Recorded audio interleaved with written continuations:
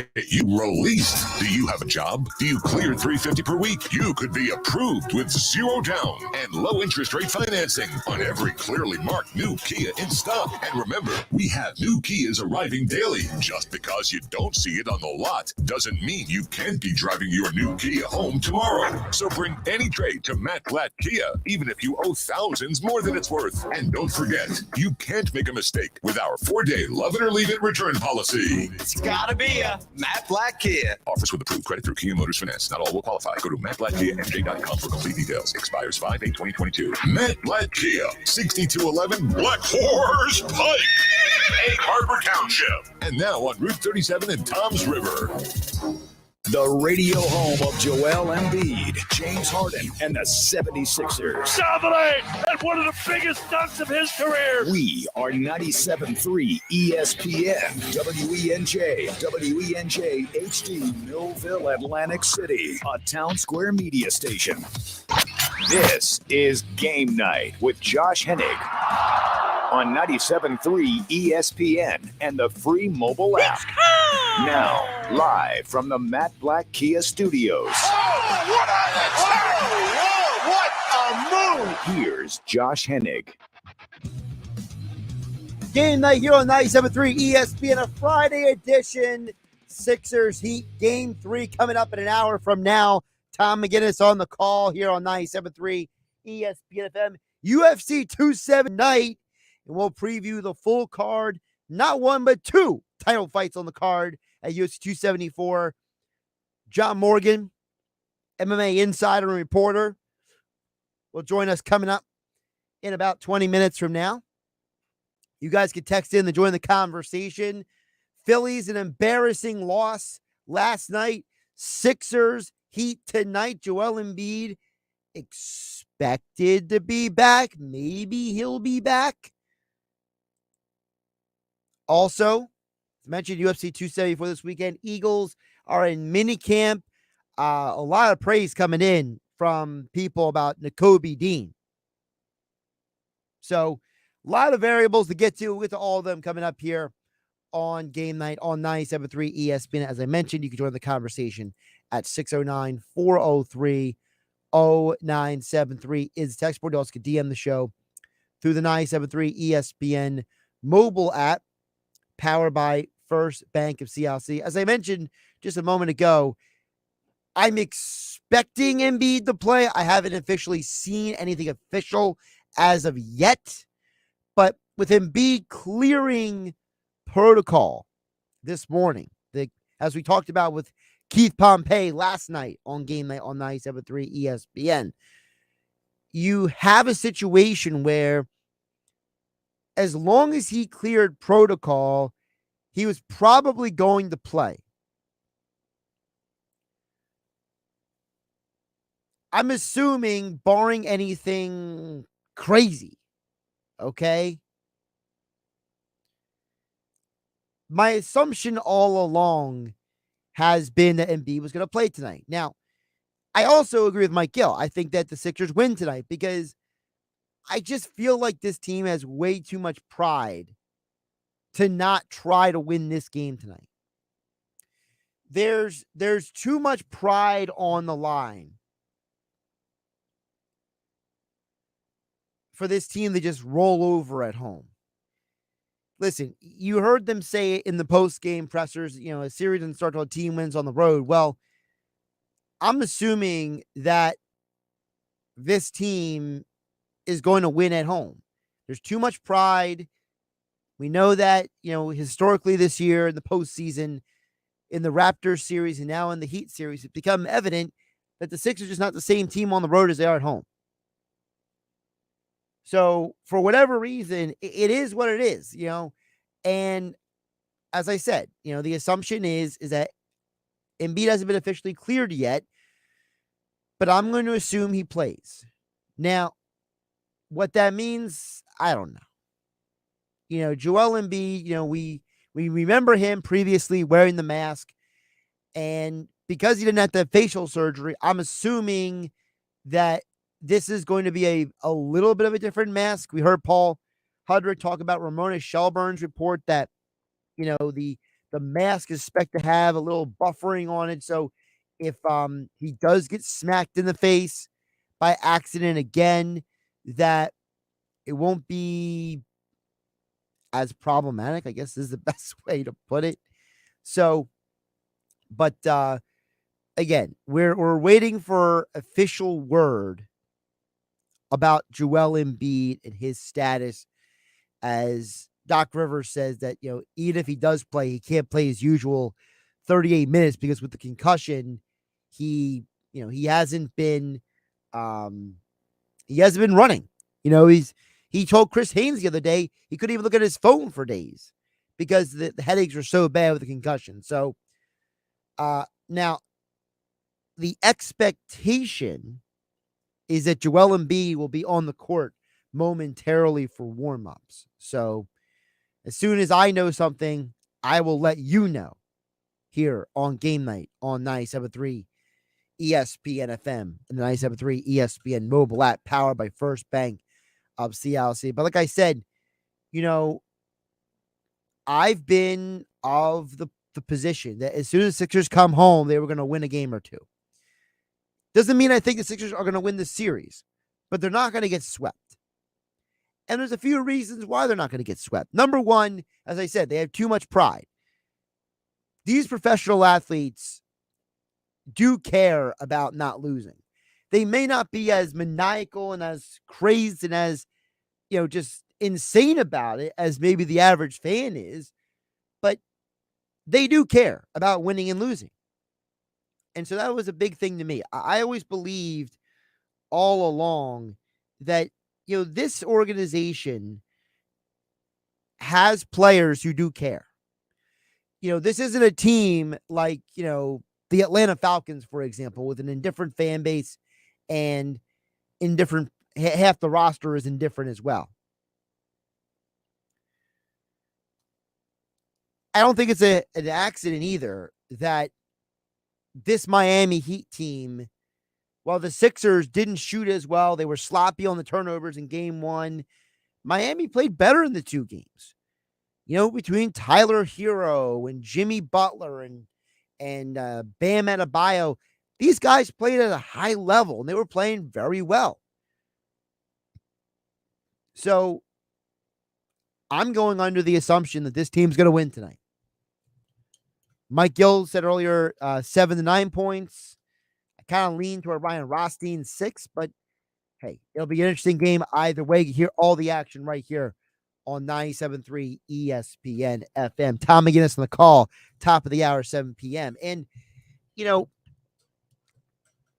one of the things about a game like tonight is the beauty of sports is that one sport can wipe away the trauma of another.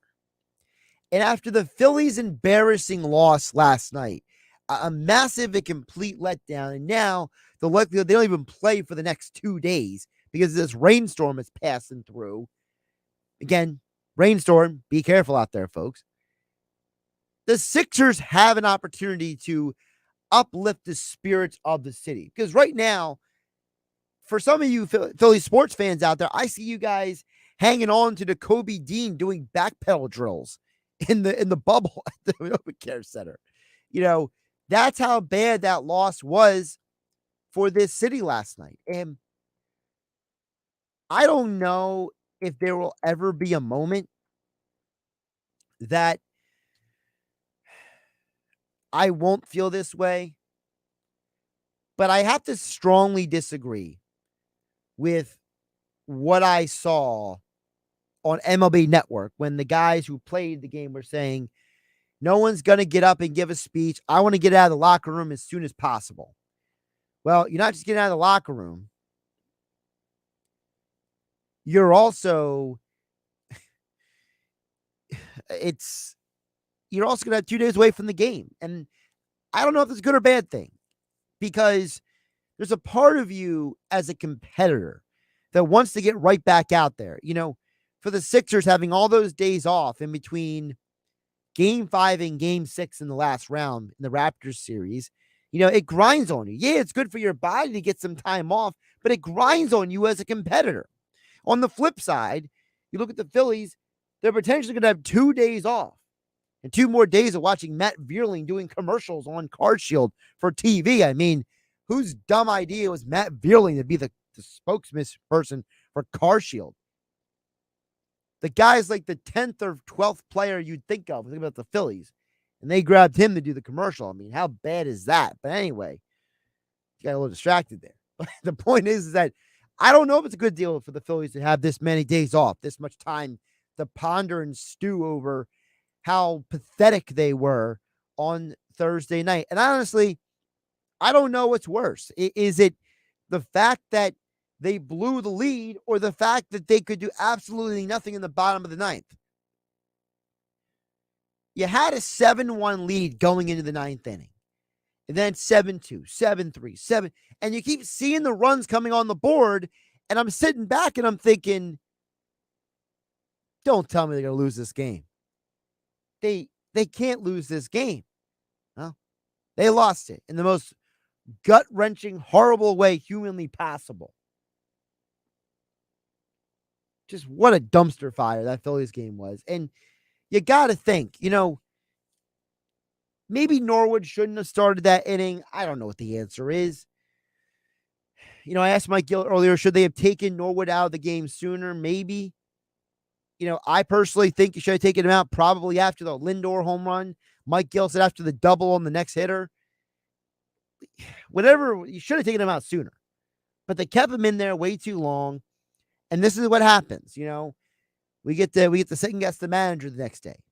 Frankly, if Norwood doesn't give up those runs, Knebel doesn't come into the game. If Knebel doesn't come into the game, then maybe he doesn't have the opportunity to blow the save in the first place because Knebel just pitched 24 hours earlier, and the speculation was Girardi never wanted to go to his closer in the first place. He wanted to get through a night without having Knebel have to pitch again on back-to-back nights. And then they were forced to go to him, and you end up in a situation where the Phillies blow a massive lead and lose in the most historic, embarrassing way possible to a division rival. And now you're going to have 1 to 2 days to stew about it because the game tonight's been postponed. And then tomorrow night's game might be postponed as well due to weather, depending on how the rain system blows through the area. So hopefully the Sixers can lift up the spirits of Philadelphia sports fans. Josh Hennig here on Game Night on 97.3 ESPN FM and 97.3 ESPN mobile app. You've been following me on Twitter at Josh Hennig. You might have already seen the big UFC news today. We're going to talk to John Morgan about this coming up in about 8 minutes. UFC 274 tomorrow night. The defending lightweight champion of the world, Charles Oliveira, did not make weight. And subsequently, per his contract with the UFC has already stripped him of his title. So he cannot win the belt tomorrow night. He cannot walk home with the belt tomorrow night. The only person who can win the belt tomorrow night is Justin Gaethje, the former interim champ. And this is a UFC statement that just came out about an hour ago, said, quote, if Charles Oliveira wins, he will be the number 1 contender for the vacant lightweight championship and will fight the next challenger for the undisputed title at a time and place to be determined. So that's an official statement from the UFC. So absolute chaos for the UFC. We're going to talk with John Morgan about this because, in the years after Conor McGregor held the belt at 155, there's been a lot of exchanging of hands in that division. And a lot of people were leaning on the idea that Khabib Nurmagomedov was going to be the guy to whatchamacallit, to hold the belt for years to come. Come to find out that he wasn't. He retires at a young age. And you have a situation now where the belt is going to exchange hands again, potentially. Poirier's had the belt. Gaethje's had an interim belt. Charles Oliveira's had the belt. And the UFC just wants some stability when it comes to a champion. Part of the allure and the appeal as a sports fan is, on one hand, you'll want to see the best fighters and the best athletes do what they do. But on the flip side, you want to see greatness. You want to see a championship run. You want to see a Kamaru Usman defend the belt multiple times. You want to see an Anderson Silva dominate a division for a decade. You want to see a Jon Jones who, very rarely got tested. When he did get tested, it was one of the greatest fights of his career, him versus Gustafsson. You want to see the best of the best do what they do. And for Oliveira to miss weight by half a pound just feels like such a letdown. It feels like such a wow. Like you couldn't do your job. And that's what other fighters are saying on social media. There's a lot of people on social media who are fighters, who are saying, this is an embarrassment. This guy is pathetic. How can he do this? So we'll talk more about that. 2 title fights tomorrow night, although only one fighter in the title fight main event can win it. So, by the way, Adrian Wojnarowski is reporting on ESPN SportsCenter that barring any setbacks, Joel Embiid is expected to play tonight. Chris Haynes of Yahoo Sports is reporting that with Joel Embiid warming up momentarily, it's the intention of him and the Sixers for him to play in Game 3 tonight. So, as I mentioned at the beginning of the hour here, every sign, every expectation is that Joel Embiid will play. And when the announcement officially comes down, I will certainly let you know right here on Game Night on 97.3 ESPN FM and 97.3 ESPN mobile app powered by First Bank of Seattle City. Make sure you get your text messages in before the end of the hour, 609-403-0973. Sixers Game 3 versus the Heat. Phillies embarrassing loss last night. UFC 274 tomorrow night. All that and more, a busy sports weekend to keep track of. And, of course, we got you covered here on 97.3 ESPN FM. Sixers tonight taking on the Heat. Tomorrow afternoon, after Billy Schweim in the locker room here on 97.3 ESPN, Dodgers Cubs coverage begins at 12:30 p.m. Tomorrow night, Warriors versus Grizzlies in their series, Game 3. All that action, part of your weekend sports coverage right here on 97.3 ESPN FM. UFC conversation next. John Morgan joins us live from Arizona. It's Sixers playoff basketball tonight on 97.3 ESPN with the voice of the 76ers, Tom McInnes, calling all the play-by-play action. Into the lane action. What a layup. What a play. It's the playoff and a brilliant pass. Harden with a 2-hand bounce pass. It's Sixers Heat Game 3. Coverage begins at 7:30. Philadelphia 76ers playoff basketball on your radio home of the Sixers in South Jersey. 97.3 ESPN FM. The first Saturday in May, you're invited to the Run for the Roses. With hats go on, all bets are off. The Kentucky Derby, tomorrow, 2:30 Eastern on NBC and Peacock. If you're a small business, there are lots of choices when it comes to your internet and technology needs. But when you choose Comcast Business Internet, you choose the largest, fastest, reliable network. You choose advanced security for total peace of mind. And you choose fiber solutions with speeds up to 10 gigs available to more small businesses than any other provider. That's virtually everywhere we serve. The choice is clear. Get unbeatable business solutions from the most innovative company. Comcast Business. Powering possibilities. Get started with fast speeds and advanced security together for just $39.99 a month for 12 months with a 3-year agreement when you add Comcast Business Mobile. That's savings of $40 a month for a year. Call 1-800-501-6000 today. Offer ends 5/22/22. Restrictions apply. New Comcast Business 100 megabits per second internet and Security Edge customers only. Early termination fee applies. Equipment, taxes, and fees extra and subject to change. Most innovative based on American Business 2021 Gold Stevie Award. Call or go online for details. My milkshake brings all the boys to the yard, and they're like, it's better than yours. Spilled your milkshake? Quick, the quicker picker-upper. Bounty picks up spills quicker. And each sheet is 2 times more absorbent, so you can use less than the leading Ordinary brand. So you can get back to your milkshake. My milkshake brings all the boys to the yard, and they're like, it's better than yours. Bounty, the quicker picker-upper.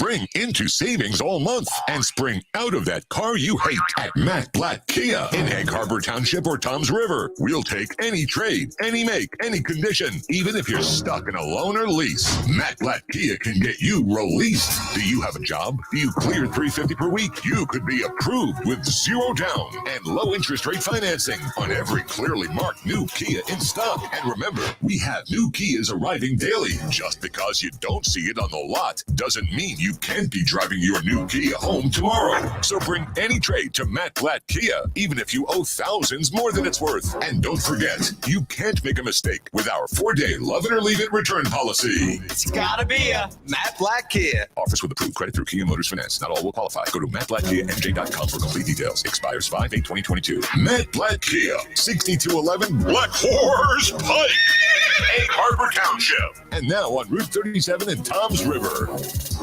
You're listening to Game Night with Josh Hennig on 97.3 ESPN and the free mobile app. We'll get your guys' thoughts and comments a little bit later in the hour. Keep them coming in at 609-403-0973.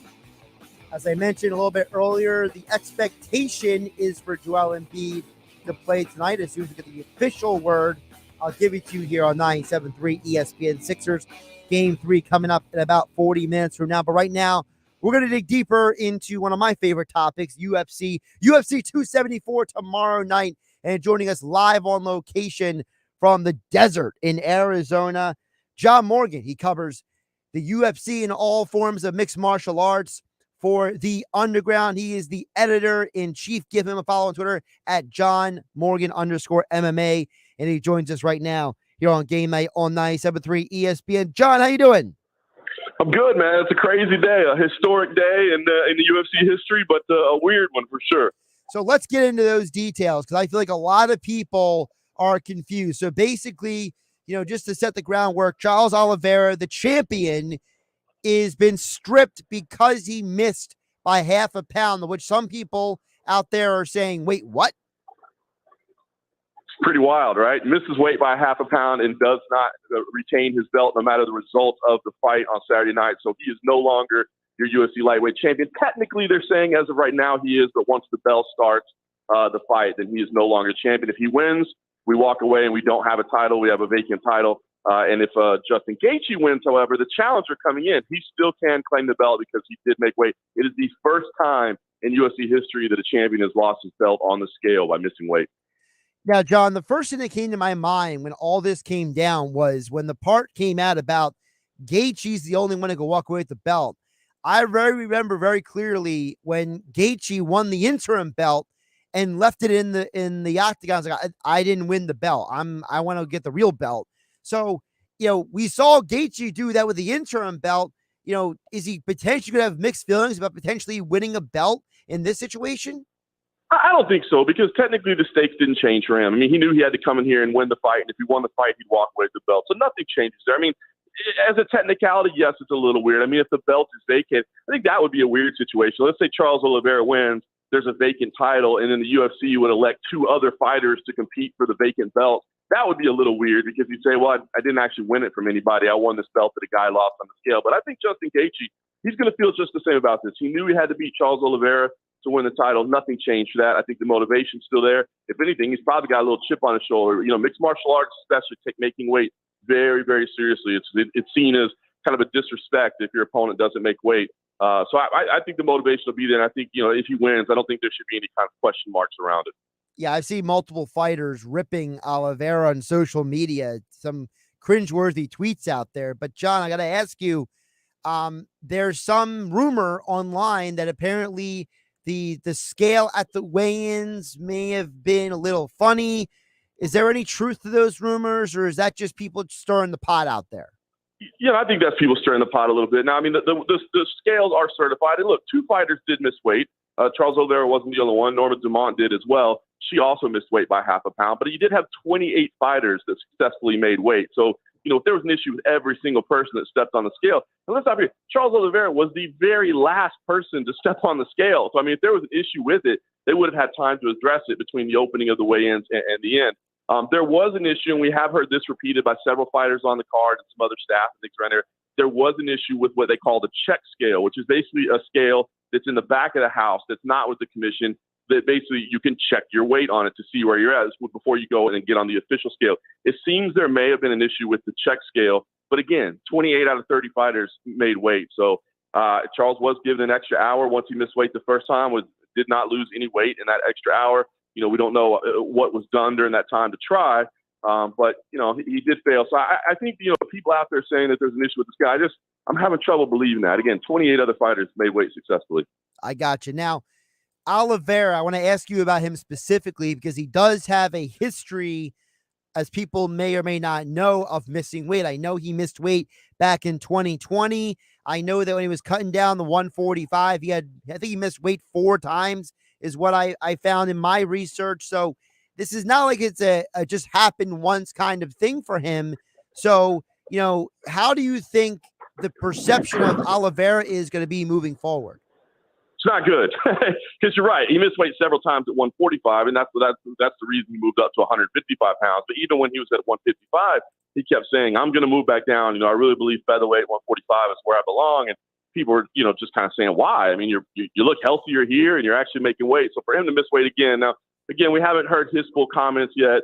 You know, we don't know exactly what happened. I would say he didn't necessarily look great on the scale, but yeah, this definitely impacts. I mean, to be the first champion to lose your belt on the scale, I mean, that's terrible. And you don't know, you know, what this is going to do in terms of his future opportunities. I mean, if he does lose, is the UFC likely to give a rematch? Who knows? I mean, there's just a lot of implications here. So, you know, again, we don't know what happened, and you want to give Charles the benefit of the doubt. But as we stand here right now, just a few hours removed, it's not a great look for him.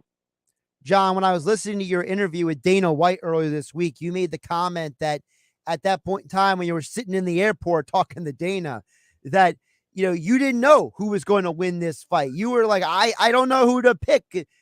Do you feel differently now after this weigh-in situation that you still don't know how to pick, or are you leaning away now?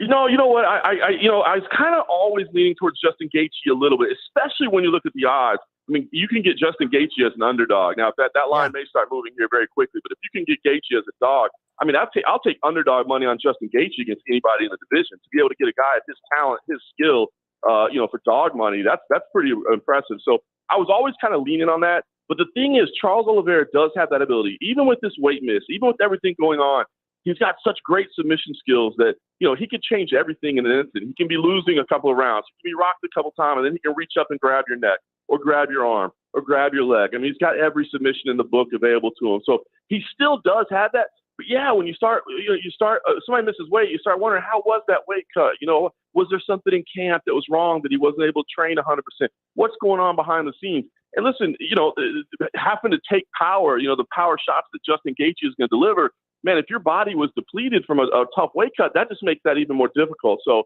I really do. Again, I won't count Charles Oliveira out. I don't think you can ever count Charles Oliveira out of a fight because of his submission skills. He can change it in an instant. But, man, that Justin Gaethje underdog play is looking awfully good right now. I'm seeing it right now as plus 120. So if you're going to get it now, folks. Yep. John Morgan joining us right here on Game Night on 97.3 ESPN FM. Follow John on Twitter at @John_Morgan_MMA for all of your UFC coverage. John, the other championship fight, this is 7 years in the making. It's Naaman Yunus Esparza 2, and I'm fascinated because this is not the same Rose and Carla that fought 7 years ago. These are different people. These are more evolved fighters. They're different points in their personal lives, their professional lives. So this is not just a normal rematch. This is almost like a 2.0, actually. Yeah, it really is. A lot of times when you get rematches, I mean, you kind of say to yourself, well, I think I know how this is going to play out. I just saw it happen, you know. But this is, as you said, you know, 7.5 years later, it's crazy. This was the initial title fight when the strawweight division was added to the UFC's roster. So here they are 7.5 years later, as you said, completely evolved, completely changed. An intriguing fight. Listen, Rose Namajunas is one of the most popular fighters on the roster. The buzz, the reception that she has been getting out here at the press conferences, you know, the way it's amazing to see. She is loved, and she is a phenomenal fighter, man. She's got great grappling ability. She's got a great striking as well. She's got the longer frame. She's been fighting the absolute best of the best. I mean, elite level competition. She's a favorite here, and deservedly so. But it is intriguing. Carla Esparza, you know, not necessarily the most marketable in UFC history. She's rather quiet and kind of reserved, doesn't talk trash. Her fighting style is one based on wrestling and control, so she doesn't come out with this like knockout power or wow you with any kind of crazy submission skills. She just kind of controls her opponents a bit. But she won the fight the first time around. All right, 7.5 years later, but she won it the first time around. And sometimes, the old adage goes, styles make fights. Now, they have both improved quite a bit in this amount of time, but they are still kind of the same fighters at their core. So I do like Rose at this point in time. I think she's evolved so much.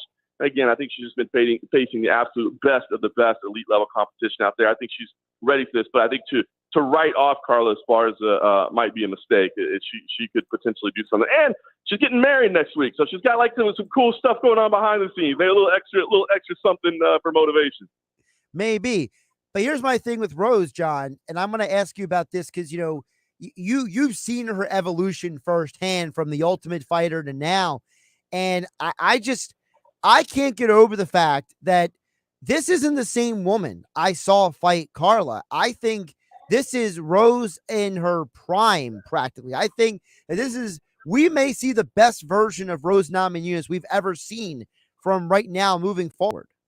100%. No, you're absolutely right about that. She's operating on different levels. It's funny, if you go back and watch that first fight now, I mean, she's an absolute baby the first time they fight. So, she was a kid. And to see where she is now, as you said, I mean, she's grown into an adult. She's grown into a fighter. She's entering her athletic prime years. And, working with Trevor Whitman, man, she just continues to get better and better. Smooth, slick striking. Again, got that kind of long, lengthy frame. She's got great grappling abilities as well. She's operating on an entirely different level right now. John, let's hit on a couple of other fights on the card because this is a jam-packed card. How about two guys who know something about 155 gold potentially? Chandler versus Ferguson. I know it's been a lot of fun and games between the two guys this week, but these are two dudes who like to throw, and I can't get around the fact that, to me, whoever wins this fight is going to still be a contender, and the other guy, he might have to look for some more fancy fights and not as many title fights. No question about it. It's an important one for both guys in their career. Tony Ferguson, 3 straight losses. Now, again, it's been against elite level competition. It's been against top tiers. So, you kind of wonder where he's at. I mean, if you're losing to the top 3-4 guys in the world, you can still be pretty dang good and be in that position. And that's kind of where he finds himself. But a lot of people are saying, hey, it's been a little bit. He's a little later in his career. Are his skills declining? Where does he stand? So, he still wants to chase after that gold. He held an interim belt at once, but never the unified title. And if he loses here, it's going to be awfully tough for him to get to that. So this is a big moment for him. Meanwhile, you got Michael Chandler, Michael Chandler, I mean, is operating at an incredible level as well since he's come to the UFC, former Bellator champion. He's put on some memorable fights, made some great highlights. But if you just look at the win-losses, he's 1-2, So on paper, it doesn't look that impressive. And on paper, it's tough to get him up there. He wants to win this fight, and he thinks he should fight the winner. But yeah, the winner is going to be still in contention. The loser is going to have a ways to go. So it's a pretty important fight for both these guys. Chandler right now is 36 years old. Ferguson right now is 38 years old. So neither one of these guys are, that young anymore. Both of them are getting older. Kind of draw the picture for the audience out there. These are two very popular fighters. We have Cerrone and Lozon on the fight card as well, but those guys are even older than Chandler and Ferguson. So, are we talking about Chandler and Ferguson maybe in that Cerrone-Lozon category for the loser here? That's a good question. I think with Tony Ferguson, that's the one that you worry about the most. Again, 3 straight losses and 3 straight difficult losses for him as well. I mean, a 4th one, you just wonder where his head would be at and if he wants to keep putting his body through it. Michael Chandler, I think that he's still going to be around regardless, win or lose. But again, in terms of getting to that championship bout, I mean, you don't have a lot of time left. You lay the ages out there. I mean, you don't have time to put together a several years run, and that's sometimes what you have to do. So because of that, this is kind of a must-win situation for both these guys in terms of their championship aspirations. In terms of their fighting career, I think Chandler will fight on regardless. But with Tony Ferguson, you do kind of wonder a little bit, especially if it's a bad performance. And I don't think anybody wants to be. El Kukui, Tony Ferguson, man, one of the most unique characters in the sport. Very much beloved. The pop that he's been getting here, he's such a fan favorite. It's been really cool to see that as well. He's excited to be back. He says, listen, I've changed up some things around me, the people around me, the training aspect that I had, the way I did. So I'm ready to perform. He took a year off. He's like, everything is different now. So I'm here. And it's a big one for him. With Cowboy Cerrone and Joe Lozon, both those guys have said, this might be our last one. We're not sure. You know, neither one will commit to it. And I like the attitude from both of them. They said, look, I'm not going to say for sure it's my retirement fight, because as soon as you say that, you know, is your motivation there? Is your passion still there? Are you 100% all in? But, you know, they both said, look, we know we're closer to the tail end of our career than we are. It might be the last fight. So, you know, could have some very roster changes after this, depending on what happens. But the great thing is that they should be fun fights, regardless of what happens after fights. Both those fights, those lightweight fights that you mentioned on paper, look like they should be absolutely amazing. There was a stat that came out of the 5 fights on the main card. They have a combined 99 career performance bonuses between them. I mean, that tells you the kind of, you know, action-packed fighters you're getting on this card. You said it. The main card here is absolutely stacked. It should be fun. Yeah, I've been looking forward to this card for a long time now. John, you mentioned about who these guys are and their performance bonuses, but touch on for a moment that Cerrone and Lozon are kind of like one of the last guys who are throwbacks to a previous era of fighter, a fighter that, you know, I mean, that era was the guys like, you know, Chris Lytle and Matt Serra and a lot of guys who have moved on with their lives. And, you know, Cerrone and Lozon are like the last vestiges of, like, you know, the WC era and the UFC on Fox era and all that stuff. Yeah, I mean, these guys were joined on board when they were still fighting on Spike, you know what I mean? It's crazy. These guys they're an old generation. And it's funny, you know, Joel Lozon hasn't fought in 2.5 years, and he had a great performance 2.5 years ago and an incredible win. But then the pandemic hit, and he didn't want to try to, you know, first of all, it was just difficult. You know, he lives up in the Boston area, and things were shut down. And then, you know, as gyms were opening, he was worried about doing a training camp and a tournament, getting COVID and the fight canceled. He just had no desire to fight during COVID. But now that, you know, things are kind of back away, he's back. He did look great last time out, but what's happened in 2.5 years? We don't know. He says he's been training the whole time. He does run a martial arts school. You know, he's been in there working. But as you said, man, part of a bygone era. And Cowboy Cerrone the same way. I mean, the guy, like you said, dating back to the WEC. I mean, this dude has been around forever. The old Tap Out show, you know, that's where he was first discovered. I mean, it's incredible to think how long. It's actually pretty incredible these guys never crossed paths, because they've been in the same division more or less their entire career. You know, there's been a little bit of bouncing around, but they've been there and they haven't met. And it's been really cool because both guys, you know, it's just about respect. They have respect for each other. They're both excited to face each other because they know they're both kind of all action fighters. Again, ton of fight of the night bonuses, performance of the night bonuses between them. But it's wild. I was actually talking to Joel Embiid earlier this week. I'm like, you know, it's crazy. He's like, there's probably fans in the building that have never seen you compete before. You know, that kind of just became a fan of the UFC and haven't seen you in 2.5 years. But for us old schoolers, this is a real treat. Cerrone Lozon is 2 OGs of the game. John, before I let you go, and I always appreciate you joining the show, give the audience a little perspective on some of the bigger names that are out there now. I know you were asking, you know, Dana this week about some of those names, you know, the Jon Joneses, the Francis Ngannous. You know, what is going on with some of those guys? Because it feels like they're, for a lot of fans, you know, when they see a Jon Jones name on a marquee, they get excited. You know, when they see some of these names they're familiar with, it gets them juiced up. So, you know, what is going on with some of these guys? Yeah, man, it's kind of wild. You know, both those guys are in kind of different situations. Jon Jones has been bulking up to heavyweight. So, I mean, he's looking to make his heavyweight debut. It looks like maybe later this year we'll get him and Stipe Miocic for perhaps an interim title. That's kind of the direction things are working in right now. Francis Ngannou, of course, is out right now. He had to have surgery on his knee after his last fight, so he's going to be out for the remainder of the year. But he's kind of locked into some contract battles right now. He really, really wants the opportunity to box Tyson Fury, which I'm torn on that one because I'll be honest with you, like it'd be a huge payday for Francis Ngannou. So, you know, for him, you want to see him collect that big money. As far as a competitive matchup, I don't know. I don't think so much. I think Tyson Fury would box the heck out of him, but you know, they're kind of working on that and figuring out if there's a way to make that happen. But he's recovered from knee surgery in the meantime. Jon Jones has been out, has been bulking up to heavyweight. You know, and if you see the pictures of him, you know, I've stood next to him.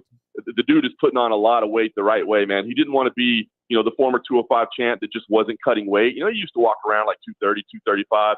He decided he wanted to go ahead and bulk all the way up to be like 260, 265 and lean muscle. And of course, you know, his brothers are both in the NFL. So, I mean, he's got that kind of athletic stock that his frame will support it. And man, that's what he's doing. So it looks like that's the direction we're going to head. Nothing guaranteed, nothing on, you know, nothing's no pen to paper, but that's kind of the plans right now. So, man, should be good. It's a shame that we're having to wait right now, but once we get lined up, it looks like the second half of this year could be some fantastic fights.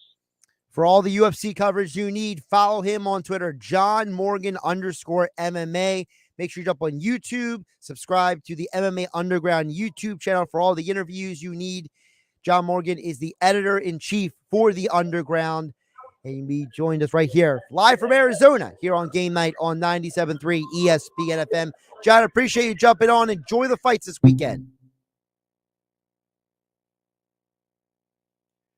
And John had to bounce. He's down there. They're waiting for the ceremonial weigh-ins, for those who don't know. And John had to, step out to, jump on with me, and he had to pop off there real quick because, they're basically starting. The show is getting started, so he's got to get inside for the festivities, for his coverage over there for the MMA Underground. Josh Hennig hanging out with you. We got a little news for you right now. It's confirmed Joel Embiid will return tonight. Sources tell ESPN he will be limited in minutes because of minimal conditioning over the last week. Also, Kyle Lowry is officially playing tonight, according to ESPN. So both Lowry and Embiid back in the building. Embiid looking like a madman with that mask on. He looks angry. He looks focused. It should be a great game tonight.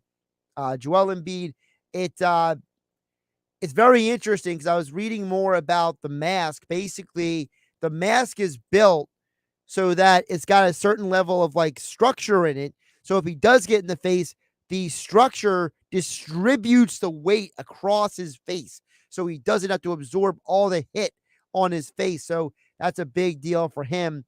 And theoretically, he should be able to play with that until further notice, for however much longer the Sixers play in the postseason. All right, we'll get you some thoughts on the other side. You can text in at 609-403-0973 on the text board. You can DM the show through the 97.3 ESPN mobile app, powered by First Bank of Seattle City. I'll give you my UFC picks on the other side as well. I'm Josh Hennig. This is Game Night on 97.3 ESPN FM. Saturday morning in the locker room with Billy Schwein. Mike Carlin joins me in the studio. Mike will talk me off the ledge after Thursday night's Phillies meltdown. The Sixers play Game 3 versus the Heat. We will recap the results. The sportsbook consigliere Dave Sherapan checks in from Vegas with his insight. Then, Saturday night, it's the 148th running of the Kentucky Derby. We'll hear from Jeffrey Nash from FastLaneHandicapper.com. Jeff will tell us which 3-year-old will win. All that and more. It's the locker room with Billy Schwein, Saturday morning from 10 a.m. to noon on 97.3 ESPN. Spring into savings all month and spring out of that car you hate at Matt Blatt Kia in Egg Harbor Township or Toms River. We'll take any trade, any make, any condition, even if you're stuck in a loan or lease. Matt Blatt Kia can get you released. Do you have a job? Do you clear $350 per week? You could be approved with 0 down and low interest rate financing on every clearly marked new Kia in stock. And remember, we have new Kias arriving daily. Just because you don't see it on the lot doesn't mean you can't be driving your new Kia home tomorrow. So bring any trade to Matt Blatt Kia, even if you owe thousands more than it's worth. And don't forget, you can't make a mistake with our 4-day love it or leave it return policy. It's gotta be a Matt Blatt Kia. Offers with approved credit through Kia Motors Finance. Not all will qualify. Go to mattblattkiamj.com for complete details. Expires 5/8/2022. Matt Blatt Kia, 6211 Black Horse Pike, Egg Harbor Township. And now on Route 37 in Toms River. If you're a small business, there are lots of choices when it comes to your internet and technology needs. But when you choose Comcast Business Internet, you choose the largest, fastest, reliable network. You choose advanced security for total peace of mind. And you choose fiber solutions with speeds up to 10 gigs available to more small businesses than any other provider. That's virtually everywhere we serve. The choice is clear. Get unbeatable business solutions from the most innovative company. Comcast Business. Powering possibilities. Get started with fast speeds and advanced security together for just $39.99 a month for 12 months with a 3-year agreement when you add Comcast Business Mobile. That's savings of $40 a month for a year. Call 1-800-501-6000 today. Offer ends 5/22/22. Restrictions apply. New Comcast Business 100 megabits per second internet and Security Edge customers only. Early termination fee applies. Equipment, taxes, and fees extra and subject to change. Most innovative based on American Business 2021 Gold Stevie Award.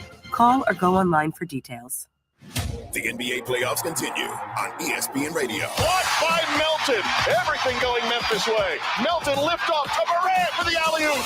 John Morant drops 47 and leads the Grizzlies to a critical Game 2 win over the Warriors. Now the series shifts to San Francisco.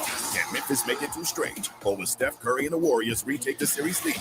Game 3 of the Warriors and Grizzlies. Coverage begins tomorrow at 8 Eastern on ESPN Radio. Listen to the NBA playoffs exclusively on 97.3 ESPN. Now, more Game Night with Josh Hennig on 97.3 ESPN and the free mobile app. Josh Hennig hanging out with you on a Friday night. Game Night being brought to you by AC Airport. Plan your next vacation now to create memories to last a lifetime. Start with nonstop flights from Atlantic City to Boston, Atlanta, San Juan, and Miami. Book your low-cost flight today at spirit.com. As I mentioned before the break, the news is official. Joel Embiid, according to ESPN, and Adrian Wojnarowski is going to play tonight. Also, Kyle Lowry will play tonight. So, two key players. The guy who could be league MVP, Joel Embiid. There's a lot of speculation out there that Embiid is going to be awarded the MVP award during this homestand of games, these two games, either tonight or tomorrow. Tonight or Sunday night is the next Sixers game. So, if Embiid is MVP, I think it's a huge deal because, to me, Embiid should have won the MVP award last year, and he had just as good, if not a better year this year. So, I'm under the working assumption that he deserves it. He should get the award. And I think that it's long beyond due for Embiid to get the award. And by the way, the official starting lineup is out for the 76ers. Danny Green, Tobias Harris, Joel Embiid, Tyrese Maxey, and James Harden are your Sixers starters versus the Miami Heat. I already told you guys I expect the Sixers to win tonight. I know that they were plus odds most of the day. I'll check what the numbers are now, but you still might have time to throw a little something on it if that's the way you want to go with it. Sixers right now, it's even odds now. So after the Embiid announcement, it went from plus 124 for the Sixers to minus 110 for both. So it is literally a pick'em game tonight with the news of Embiid officially starting the game tonight. So that is definitely something to keep an eye on as the game progresses. I'll get you my UFC picks in just a bit as promised. I always like to hear from you guys. Text board is open. 609-403-0973 is the text board. And as always, you can DM the show through 973 ESPN mobile app powered by First Bank of Seattle City. Text message comes in and says, sightings of Donovan Mitchell sitting courtside in Philadelphia for the Sixers Heat game tonight. Sixers should make a sign and trade Harden for Mitchell. Do it, Daryl, with exclamation points. Here's the problem with that deal. And I wish you would have put your name on so I could have, addressed you specifically. But Texter, here's the problem with that deal you just mentioned. Do the Jazz want to do that? Why would the Jazz want to acquire a 30-something-year-old former league MVP in exchange in a trade for a 25, turning 26-year-old who still isn't even in the prime of his career as a basketball player? Also, Donovan Mitchell is kind of repetitive with Tyrese Maxey. People forget that Donovan Mitchell is only 6'1". Him and Tyrese Maxey are almost the same size. Why would you want another guy who's the same size as Tyrese Maxey? The whole appeal of Harden as another guard in the backcourt is that he's a bigger body, a more physical guy than Maxey already is. Look at the Warriors. Klay Thompson and Steph Curry are in the backcourt together, but Thompson's the bigger, stronger athlete of the two. So it kind of balances each other out.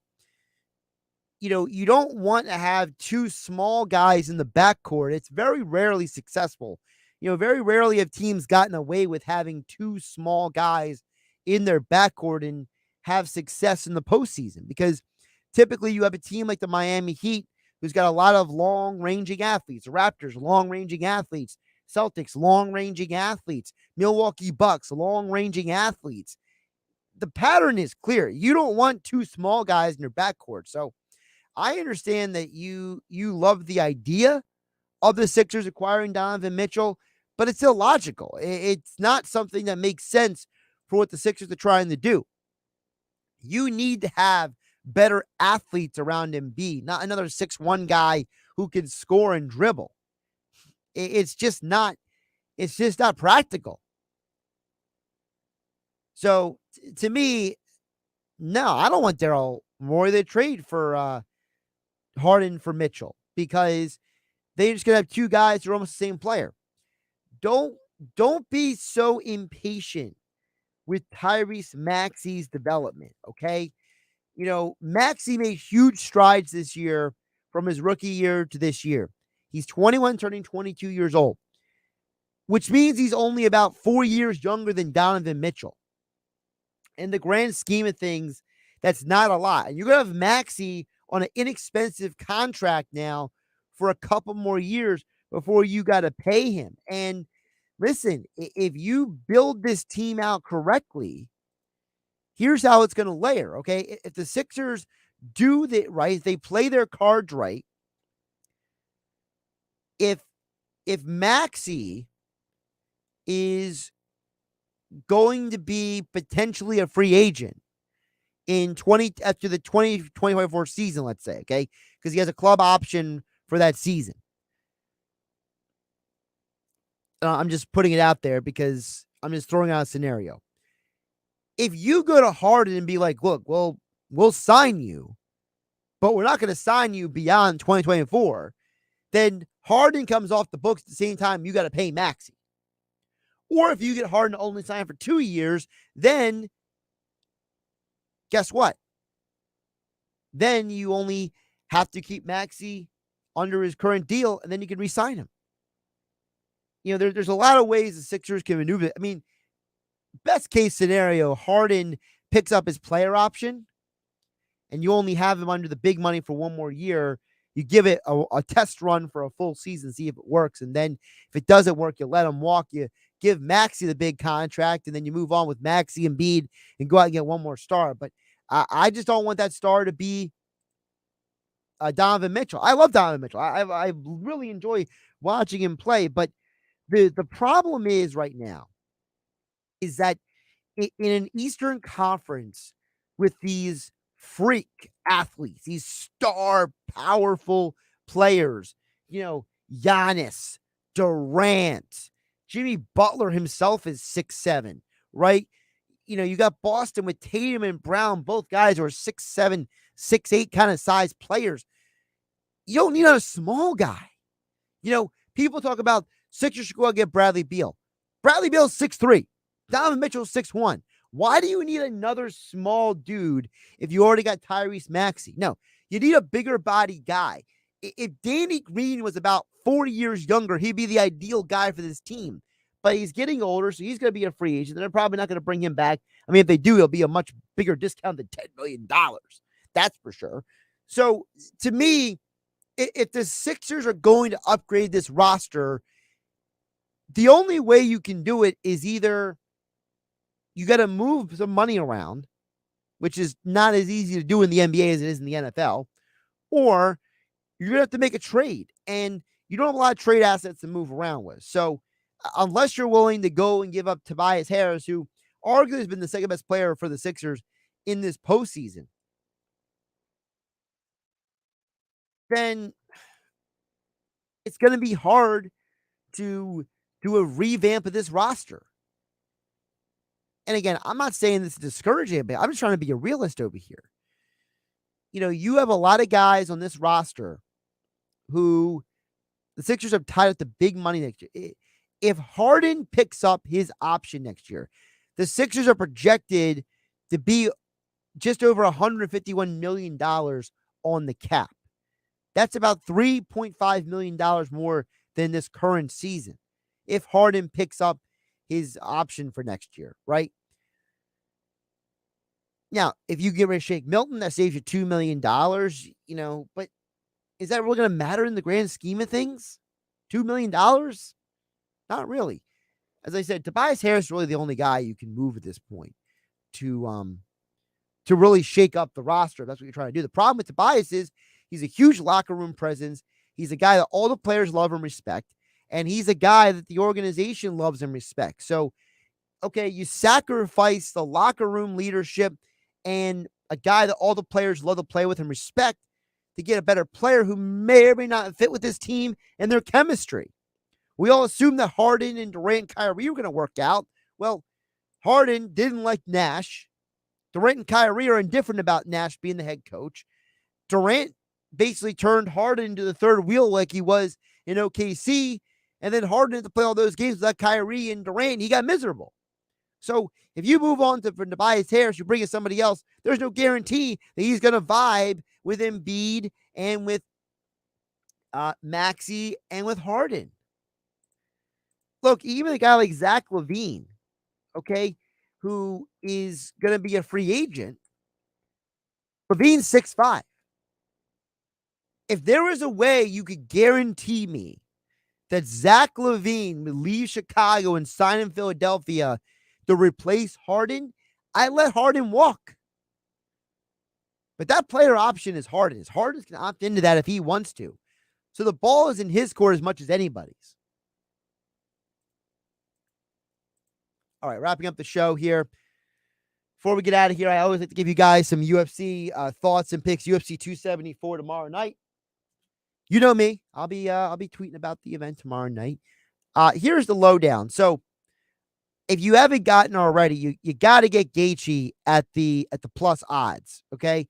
And I already expect him to win the fight tomorrow. I think that Oliveira looked emaciated on the scale. He was a half pound too light. I don't think he's going to be at his best.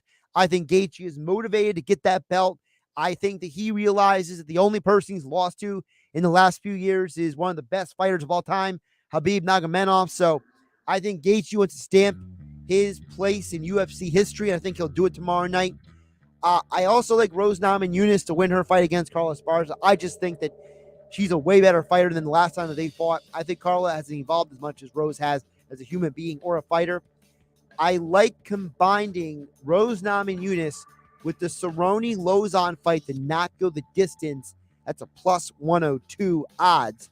I also like Lozon to beat Cerrone. I am a huge Donald Cerrone fan, but Cerrone is not the same guy. He doesn't have the speed. He doesn't have the quick twitch anymore. And I think Lozon is a much fresher fighter right now than Cerrone. Last couple times Cerrone has fought, he's gotten his head blasted. He got knocked out. Lozon, he's fresh. He hasn't fought for 2 years. His head is not in the cobwebs. All right, I'm Josh Hennig. This is Game Night. I'll be on tomorrow with Billy Schwein in the locker room at 10 a.m.